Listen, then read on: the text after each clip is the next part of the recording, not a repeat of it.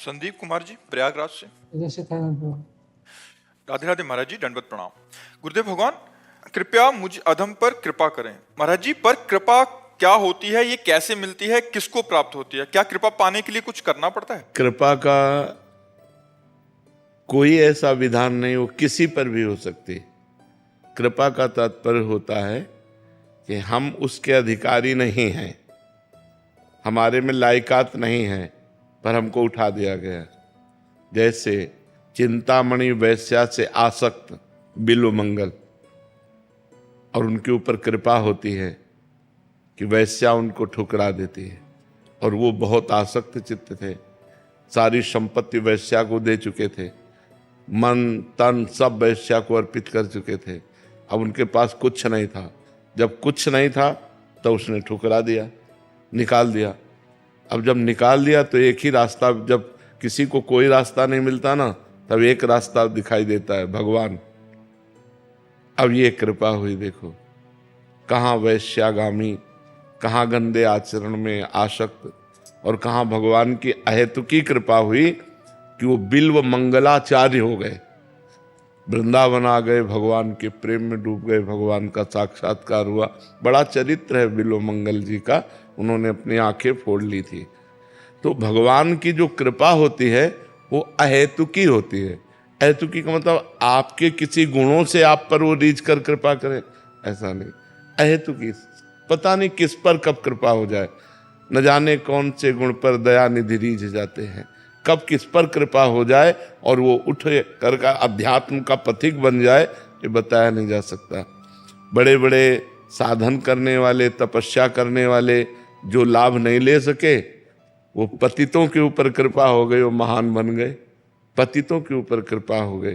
कब कृपा किस पर हो जाए इसका कोई विधान नहीं है, कभी किसी पर भी हो सकती है। इसीलिए हम कृपा की भीख मांगते हैं भगवान से कि हम पर कृपा कर दो। भगवान की कृपा हो जाए तो देर न लगे, सब काम क्रोध मिट जाए, कामनाएं नष्ट हो जाए, कामनाओं की पूर्ति हो जाए।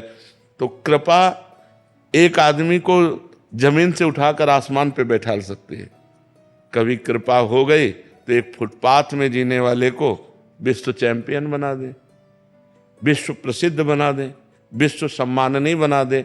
ये उनकी कृपा होती है।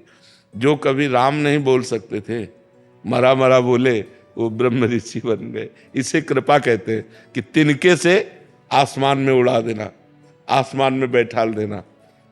कृपा का लक्षण ऐसा नहीं कि आप ग्रेजुएट हो, आप बहुत तपस्वी हो, आप तो आपके ऊपर कृपा। वो कभी भी किसी को भी उठा सकती है, फुटपाथ पे पड़े हुए को विश्व लेवल का बना सकती है। भगवान की कृपा है ना, जासु कृपा नहीं कृपा आघाती, ये उन्हीं की कृपा का फल है।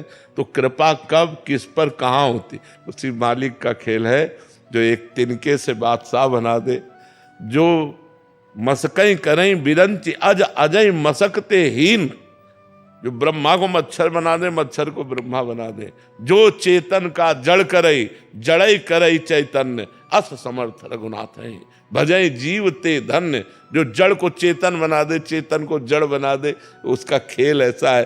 और इसीलिए तो कहते हैं उनकी शरण में आ जाओ। आज हम विपत्ति में हैं, आज समस्याओं से घिरे हैं, तो कल जब उनकी कृपा हो जाएगी तो हर समस्या धूल धूसरित हो जाएगी। कृपा की चाह करने पर कृपा मिल सकती है प्रभु। किसकी कृपा की चाह करने पर? कृपा की चाह करे या ना करे, कृपा की चाह करे ना करे, भरोसा भगवान का हो जाए, अंदर की बात है। भरोसा भगवान, हम किसी भी स्थिति में रहे हो तो हम अपने को भगवान से जुड़े पाया है। ठीक है यार, कोई बात नहीं, जैसे भगवान रखें, भगवान से कभी अलग नहीं, हर स्थिति में भगवान से जुड़े रहना, तो कृपा उतर जाएगी। मन और वचन और कर्म से भगवान का होके कि कुछ भी हो। जैसे बचपन से घर से निकले थे 13 वर्ष की अवस्था से, तो सोचो पूरा जीवन हो गया, क्या 13 वर्ष की अवस्था होती थी, कितना जीवन कष्टमय रहा, गंगा किनारे और सब है, लेकिन भगवान से कभी अलग नहीं हुए। कभी ये महसूस नहीं हुआ कि हम अनाथ हैं, हमें महसूस भगवान मेरे साथ है, भगवान के लिए जीवन है। तो कृपा की चाह तो सब लोग करते हैं। कृपा की चाह कौन नहीं करता कि भगवान हम पर कृपा करे, हमारा काम बन जाए, सब लोग चाहते हैं। लेकिन विश्वास भगवान पर, केवल भगवान पर विश्वास। मेरे तो गिरधर गोपाल दूसरो न कोई। जब ये बात आ जाती है कि भगवान के सिवा मेरा कोई नहीं, उसी समय कृपा उतरती है। जैसे द्रौपदी जी को जब तक अपना बल रहा, पांडवों का बल रहा, तब तो जब भगवान के एक भरोसा किया तो भगवान वस्त्र बन गए, हो गई कृपा। अब वस्त्र ही अपार वस्त्र खींचते खींचते वो हार गया, लेकिन यहां से दुपट्टा नहीं हटा। जब गजराज को लगा कि अब कोई साथ देने वाला नहीं, केवल भगवान का भरोसा, कृपा हो गई, भगवान तुरंत प्रकट हुए, ग्राह को मार दिया, गजेंद्र को बाहर कर दिया। तो एक भरोसा जब भगवान पर हो, एक भरोसो, एक बल, एक आस विश्वास, तब कृपा का स्वरूप प्रकट होता है। जैसे बिल्वमंगल जी के लिए तो अब चिंतामणि सबने ठुकरा दिया, उसी से प्यार करते थे, उसी को जीवन दे दिए थे, अब कोई नहीं, तो भरोसा भगवान का जागृत हुआ, कृपा हो गई। जब एक भरोसा भगवान का होता है तब कृपा आ जाती है। अभी हमारा मन भगवान पर पूर्ण आश्रित नहीं है। जहां आश्रित हुआ तो कृपा संभाल लेती है, फिर कृपा संभाल लेती है। श्वेता अवस्थी जी। राधे राधे महाराज जी। महाराज जी, हमने आपके श्रीमुख से सुना कि बिना गुरु दीक्षा के भगवत प्राप्ति नहीं होती, तो क्या ऐसे में हम मतलब अगर जब दीक्षा नहीं ले पा रहे, क्योंकि नाम जप में बहुत श्रद्धा है, लेकिन नौकरी 10 घंटे गृहस्थी के कारण नियमित, फिर डर लगता है कि कहीं नाम की मर्यादा भंग ना हो जाए, इसलिए गुरु अपराध ना बने। नहीं, ले लेना चाहिए, कहीं किसी महापुरुष से ले लेना चाहिए, तो कम से कम हम भगवान के मार्ग में रजिस्टर्ड तो हो गए। जो हमारे आचार्य परंपरा से हम वहाँ जुड़ गए। अब हमें संख्या दी गई, जैसे हम संख्या देते हैं प्रारंभ में 11 माला, अब हम 4 दिन बिल्कुल 2-2 माला ही जप पाए, काम हमारा लगा रहा, तो हम अगले बार 11-11 में 2-2 माला बढ़ाते चले जाएंगे, तो जो हमारी ये कमी हुई वो पूरी हो गई। ऐसा नहीं कि हम 10 घंटे काम करते हैं तो हम 1 घंटे भजन में नहीं दे सकते, हम दे सकते। 24 घंटे में अगर 10 घंटे काम करते हैं तो आप हिसाब लगा लीजिए, 6 घंटे 7 घंटे सो लीजिए तो 17 घंटे हो गए, 1 घंटे मनोरंजन कर लीजिए तो 18 घंटे हो गए। तो अभी तो बहुत बचे, 19, 20, 21, 22, 23, 24, 6 घंटे बचे। 6 घंटे में हम 3 घंटे और छोड़ देते हैं, 3 घंटे भजन करें तो भगवत प्राप्त नहीं हो जाएगा। 24 घंटे के समय का विभाग कर लीजिए आप, तो 10 घंटे काम करना कोई बड़ी बात थोड़ी है। आपके पास 24 घंटे हैं, 24 घंटे में 7 घंटे सोने के रख लीजिए, 10 घंटे काम के रख लीजिए, 1 घंटे मनोरंजन के लिए रख, 2 घंटे भोजन आदि के लिए रख लीजिए। अगर आप समय का विभाग करें तो आपके पास समय भजन के लिए है। हमको भजन के लिए समय निकालना चाहिए, नहीं मृत्यु कब किस समय हो जाए किसी को पता नहीं, और मृत्यु हो गई तो सब धरा रह जाएगा। तुम्हारा काम धंधा, बैंक बैलेंस, पढ़ाई लिखाई सब यहीं की है। जो नाम जप लोगे वही तुम्हारी आखिरी उन्नति है, नाम जप नहीं तो सब यहाँ कहीं यहीं रखा रह जाएगा। हमारी बात मान लो, गुरु मंत्र कहीं किसी महापुरुष से लेकर के, और जो जितना बने उतना नाम जप करो, उसी से मंगल हो जाएगा। ये बहानेबाजी ना करो कि हम 10 घंटे काम करते हैं, ये यमराज नहीं सुनेंगे बहानेबाजी, समझ रहे हो ना। ये यमराज ये बहानेबाजी नहीं सुनेंगे, वो तो मार के ले ही जाएंगे। काफियों को महाराज जी प्रश्न रहता है ऐसा, क्योंकि गृहस्थ जीवन में फिर उनको एक ये भय रहता है कि अगर गुरु द्वारा जो प्रदत्त नियमावली है वो अगर नहीं कर पाए तो अपराध लगेगा, तो और हानि हो जाएगी। नहीं, भगवान के भजन से कभी हानि होती है, भगवान के शरणागत में कभी हानि होती है। हम कह रहे हैं जैसे नियमावली है तो उसकी पूर्ति के उपाय भी तो है ना। हम मान लो 5 दिन बिजी रहे, एकदम भजन नहीं कर पाए, तो हम जिस दिन से फिर फुर्सत मिलेगी तो 11 माला का नियम, 11 माला और 1 माला और जोड़ लेते हैं और महीना भर चलने देते हैं तो पूरा नियम पूरा हो जाएगा। बेईमानी ना करें, ईमानदारी से यदि हम भजन करें तो हमारे पास समय है, पक्का समय है। उठते बैठते चलते फिरते भी तो माला होता है, बिना माला के भी माला होता है। मान लो हम ट्रेन में जा रहे हैं या हम काम कर रहे हैं तो हर समय हम बोलते थोड़ी रहते हैं, और उस समय हमारे चल रहा है राधा राधा राधा, तो हमारी गणना तो पूरी हो रही ना। ऐसा नहीं करना चाहिए कि हम गृहस्थी का बहाना लेकर भगवान से विमुख हो जाएं, अपने काम का बहाना लेकर भजन न करें, ये गलत बात है। आप गृहस्थ हो, आराम से गुरुमंत्र लो और जितना बन सके भजन करो, तुम्हारा मंगल होगा। नियम पूरा नहीं होगा तो भी अमंगल नहीं होने वाला। महाराज जी, मन छूट ढूंढता है कि गुरुदेव से छूट मिल जाए कहीं भजन में, बस और संसारिक उसमें तो हाँ, नहीं, इसमें छूट ही छूट है, बस थोड़ा नियम पालन करो और चलते फिरते उठते बैठते नाम जप करो, तुम्हारा मंगल ही हो जाएगा। इसमें कोई अमंगल होने के चांस नहीं कि नियम नहीं पूरा किया तो अमंगल हो जाएगा, ऐसा नहीं। ऐसा नहीं। महाराज जी, जैसे चलते फिरते भजन तो कर ही रहे हैं और नाम जप भी करते हैं, लेकिन वो संतुष्टि नहीं आ पाती। ऐसा लगता है कि अभी उतना हो नहीं पा रहा है। ये संतुष्टि तो हमें भी नहीं हो पाई आज तक, तो तुम्हें कहाँ से हो पाएगी? जैसे जैसे जैसे लाभ मिलता है वैसे वैसे लोभ बढ़ता है, ये सिद्धांत है किसी भी विषय में। तो जैसे हमें भजन करते हैं ना, तो आज तक हम अपनी बात कह रहे हैं, आज तक कभी ये नहीं हुआ कि छक के भजन हुआ, ऐसा कभी नहीं हुआ। उसकी लोलुपता बढ़ती रहती है, ऐसा लगता है यार और करे और करे। ये सब झंझट छोड़ो, रात दिन भजन करो। भजन करने पर भी भजन की भूख बढ़ती रहे, यही भजन का फल है, यही पहचान है कि आपका भजन सही हो रहा है, जब भजन करने पर भी भजन की भूख बढ़ती रहे। जन्मदिन है महाराज। अच्छा, शुरुआत में आपके दर्शन से क्यों? हाँ, खूब भगवत आराधना करो और भगवान का नाम गुण लीला ये गहन हर जीव का अधिकार। भगवान ने कहा है, मच्चित्ता मदगत प्राणा बोधयंता परस्परम कथयंत च माम नित्यम तुष्यंत च रमंत च। जो मेरे में चित्त लगाए हुए हैं, मेरे को प्राण अर्पित किए हुए हैं और मेरी चर्चा करने में ही संतुष्ट हैं, उसी चर्चा में रमण करते हैं, उसी में संतुष्ट रहते हैं।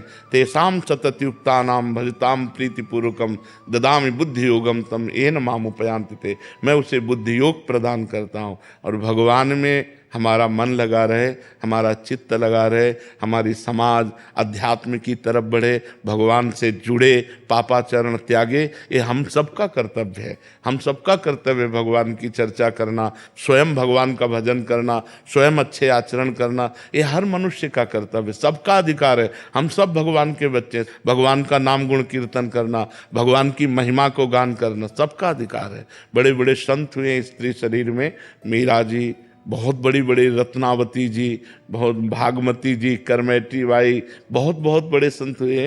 तो ऐसा नहीं है पुरुष नपुंसक नारीवा जीव चराचर कोय सर्व भाव भज कपट तज मोहि परम प्रिय सोय। भगवान कहते हैं मुझे परम प्रिय है, चाहे स्त्री हो चाहे पुरुष हो चाहे कोई भी हो, जो मेरा यश गाता है, मेरा भजन करता है। खूब नाम जप करो, दूसरों को करवाओ। नेहा शर्मा जी। राधे राधे। राधे राधे महाराज जी। महाराज जी, मुझे मरने से बहुत डर लगता है। मुझे सबको पता लगता है है यार, कि मरने के लिए कौन शौक में बैठा है? मरने का शौक किसको है? सबको लगता है कि यार महाराज जी, मरेला। किसी को रोग या बीमारी सुनती हूँ, देखती हूँ, तो मुझे भय लगता है कि ये महाराज जी क्या है, मेरे बुरे कर्मों का फल है? नहीं, बुरे कर्मों का नहीं, ये अज्ञान का फल है।